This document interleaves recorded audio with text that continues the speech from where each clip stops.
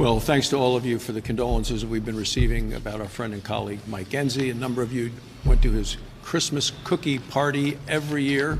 As you know, his wife Diana would bake hundreds of dozens of cookies and invite everybody. The press would be invited, the police would be invited, the plumbers would be invited, everybody on Capitol Hill, all part of his family.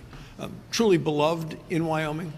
People really, they knew Mike and they understood that he respected them, that he understood their problems and he believed in them. And for that reason, he continued to get elected and reelected through 4 terms in the United States Senate. To the issue before us now in the Senate. This past weekend, Nancy Pelosi demonstrated who is truly running the Democrat Party.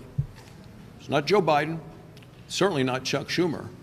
Nancy Pelosi went on national television and she made very clear that any bipartisan infrastructure bill passed here would not see the light of day in the House unless and until the Senate sent her a $3.5 trillion reckless tax and spending bill. This wasn't a negotiation, this was a hijacking. What she's proposing is bad for the economy and bad for the country. So she's not only a hijacker, she's also an arsonist, because what she is proposing is going to put jet fuel on the flame of inflation that is hitting this country today. You say, who are going to be the victims of this? Well, the victims of this inflation and taxes, it's going to be certainly people on fixed incomes, seniors, young families starting out. The victims are also going to be every middle-class American who's going to be paying more in taxes and more when they go to buy things. I'm sure you've seen, if you fill up a vehicle, that you're paying $25 more for filling up the tank now than you were when Joe Biden took office. If you go to a weekly grocery shopping, you're paying about $25 more for groceries than you did when Joe Biden took office.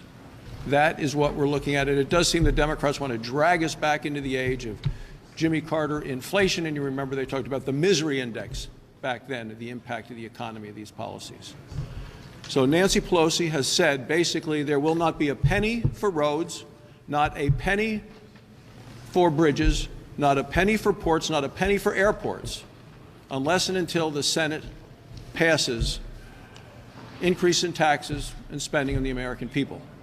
There is not a single Republican in the House or the Senate who is going to support this tax and spending spree, which is clearly irresponsible.